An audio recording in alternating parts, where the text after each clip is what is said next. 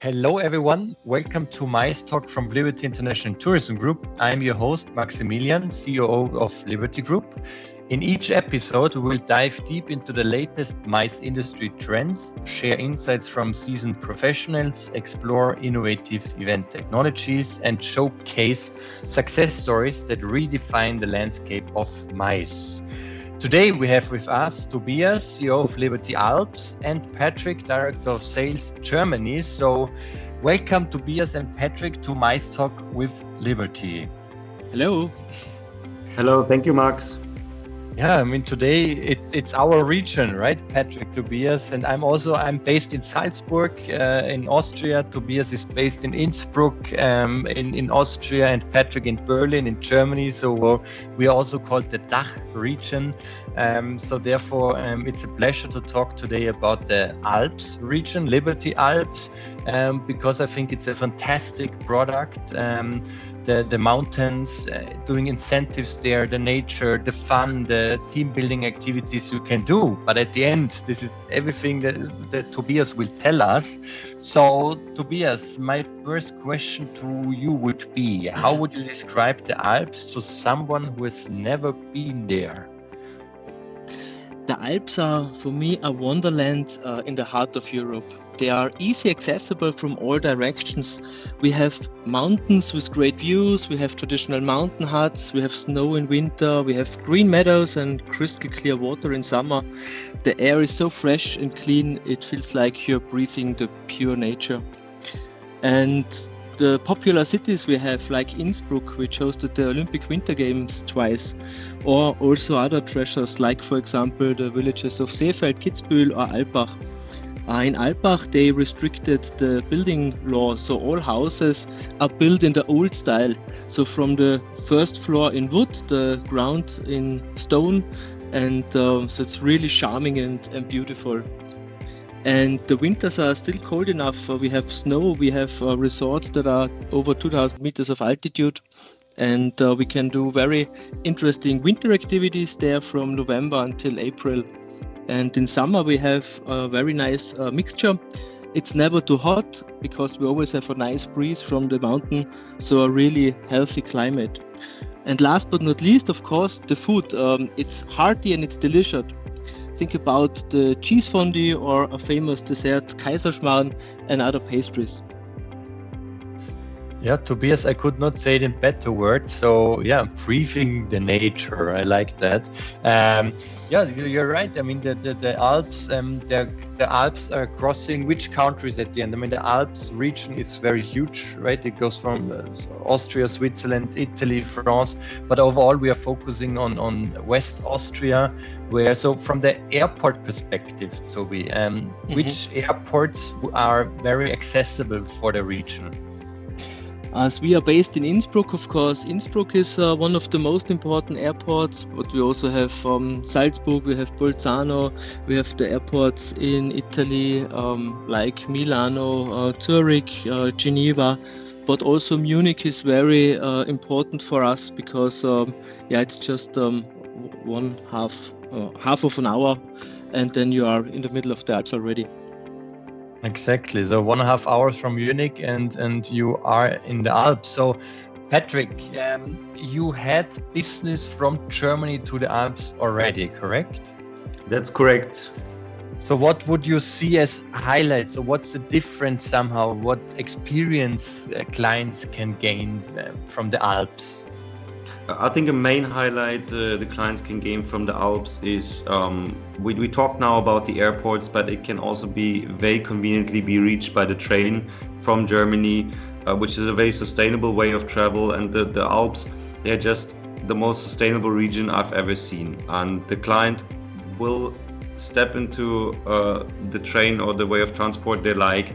They will exit the flight, the train in the Alps, and they'll be in a complete different panorama, complete different settings, just taking them away from all the stress that you experience in the cities, which makes it perfectly for meetings where you would like to achieve something in a short amount of time, or for incentives where you really want to give your colleagues the experience of their life without traveling many hours around the world. Super, very good, very interesting. Yeah, I mean, sustainability is an important part, which we'll talk later on as well. So, Toby, you mentioned the seasons, yeah? So, winter, summer. So, what kind of activities you can offer to clients in the winter, and what activities can you offer in the summer period? In winter, we can experience the snow in many different ways. We can do, for example, the Olympic disciplines like skiing, like we can go on a bobsleigh run and do a bobsleigh ride there. But also you can do the activities that you might think about Lapland first. You can do husky tours, you can do snowmobiling, you can do an igloo workshop, snow sculpturing, and of course also a simple snowshoe walk. It can really be a highlight. But in summer we have also a lot of really unique activities. We can do mountain sport, but please remember, we always do mountain sport on a corporate level. That means we make it in a way that it works for everyone. Everyone is able to participate. For example, a simple hike, we go up with the cable car to the mountain and do a very soft hike with a lot of stops. So it's not too exhausting for the guests. We can fill the stops with, for example, a tasting of local specialties. We can do hut games, or we could do activities like the traditional dancing, the Schuhplatteling, or a yodeling workshop. And it makes it more unique, the program. And also it's better because you cannot book it as a single guest. So it's really something special for the group. And also we have all these adventures like climbing, rafting, canyoning. This is always part of a la carte program. So always the people really choose for it. And don't forget, we have also a lot of relaxing activities, because a lot of people think about sports when they think about mountains, but you can do, for example, Alpenwellness. So we walk up a very soft hike on a nice traditional mountain hut. Then there are deck chairs waiting for the people. They sit in the deck chairs, they enjoy the nature, the sun, they get a herbs wrap and a neck massage, and they just enjoy the feeling. Or we do a yoga session on the mountain. So there are many different ways. Sounds really, really amazing. I mean, I need to say I'm based in Salzburg, which is around how 2 hours, Toby? 2.5 2 hours. Yeah. 2 hours exactly. And yeah, I mean, Innsbruck, really the mountains are higher. Innsbruck is really within the Alps. It's really in the center of the Alps. It's fascinating. For me, it would be a challenge to live there, because the mountains are really next by. So some people love it. Some people, like to go there and then leave again. But I think the team building experience you can do there is really, really fascinating. Patrick, is there any element where you would like to mention again, that if clients are thinking, okay, let's go to the Alps, and maybe they fly from Munich or Zurich or Venice. There are many, Salzburg as well, and Innsbruck directly. What they should have in mind if they go there?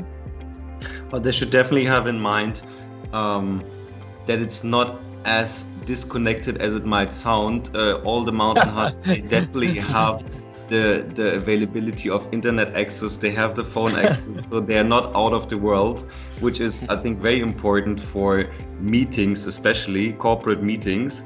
So yes, they are in a remote location, they are in a beautiful destination, but they are not out of this world. They can still have this whole IT infrastructure, but coming out of a meeting, of a Zoom call or a Teams call, they just step outside and they are in this beautiful surrounding in front of their mountain hut, overlooking the lakes in the Alps, and then they just grab a nice beer and enjoy the evening. That's what I think is something very unique for the Alps. Yeah, very true. And I mean, nowadays, air pollution exists, but Tobias, as you correctly said, in the Alps, you have the cleanest air. Also the lakes, drinking water quality I mean, this is something really fascinating. This is part of Austria. This is one of our characteristics, that we really have high quality, and we look behind sustainability. I mean, Toby, you mentioned the city, or is it still a village, Kitzbühel? So what size it's a village? So I mean, it's so famous that most probably people think it's a big city, because of the famous ski race we have. So when it's one of the toughest and most dangerous ski races there in January every year. But at the end, it's quite a village, a small village, right?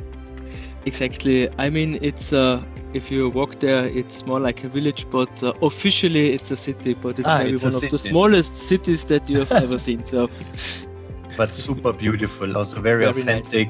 Nice. Yeah, and I like your comparison in Finland, in Lapland, and the activities you can also do in Austria, in the Alps with you. And we know that the Lapland is very popular. And therefore the value of money, what you can give to the clients, is also excellent. So I think also having a deep look into that is also is worth it.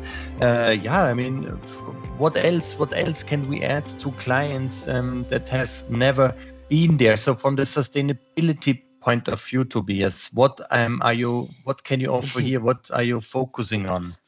First of all, I have to say that we have young but experienced team, and we have 2 sustainability managers. And the sustainability, it comes from our heart. So we did workshops, we had a look into everything, where can we improve, and that's already a lot of years ago, and we're still developing.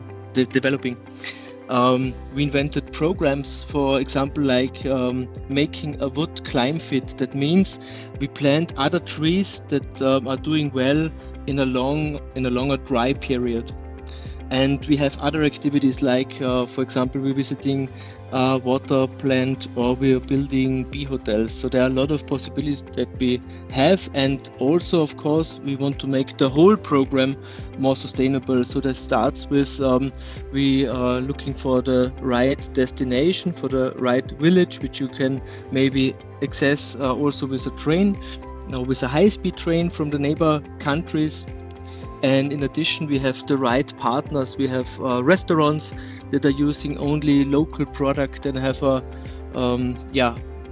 sustainability is very important for them. They have a focus on that. And also hotels, we have zero pollution hotels. So there is a lot that you can do, and we are really very good prepared for it. And we are pleased to help to make your event more sustainable. And also, if you think about our cities or villages like Innsbruck or Kitzbühel or Seefeld, everything is normally in walking distance. We had programs, they just had an arrival transfer and a departure transfer, and everything was in the village. Or maybe we used the nostalgic tramp to go outside of the village or the city. But everything is normally really close. So this is also an advantage, and also very good in terms of sustainability. Yeah, so that's also a fantastic add-on. I mean, this is also, as an organizer, having less transfer sometimes can be an advantage. I always like to take out some key facts of a region, and some key facts even I didn't know. So overall, 4 million people live in the Alps region. So not only in Austria, but in total in the Alps region. Innsbruck is the second largest city in the Alp region, which is fantastic. There are 4,500 different plant species growing there in this region. There are over 731 mountain peaks over 9,000 feet, or 2,700 meters. So also a huge amount of mountains. There are 7,000 farmers, a lot of animals as well. So the biggest mountain in Austria is the Großglockner mountain with 3,798 meters. So that would be 12,460 feet. So yeah, and the age, Tobias, would you, or Patrick, what do you think is the age of the Alps? How old are the Alps? Very good question. Big question indeed. It's a couple of 100,000 years. in average 300 million years old. Yeah, so there's quite a history behind. And Tobias, you're adding your history to the Alps, so that's I think a great, fantastic opportunity.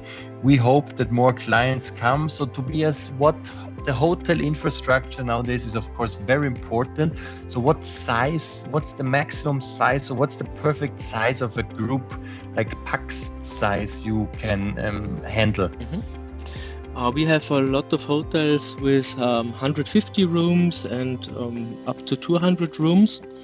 But if you want to host a bigger group, then you can, for example, use the rent-a-village concept that you can do, for example, in Alpbach.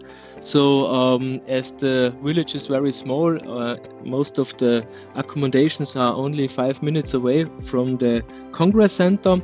So you more or less rent the whole village. The mayor gives you the key to the town. You can brand the streets and make a welcome banner. So a very good way to accommodate also bigger groups like 600, 800 people. They have a very modern Congress Center, which is like built underground, but with big glass windows, so you have a lot of daylight inside. And we had gala evenings there and conferences, and they have really the absolute modern technical equipment. So we are really prepared also for bigger groups. So rent a village with Liberty Alps and Tobias. This sounds not so bad. Really nice thing.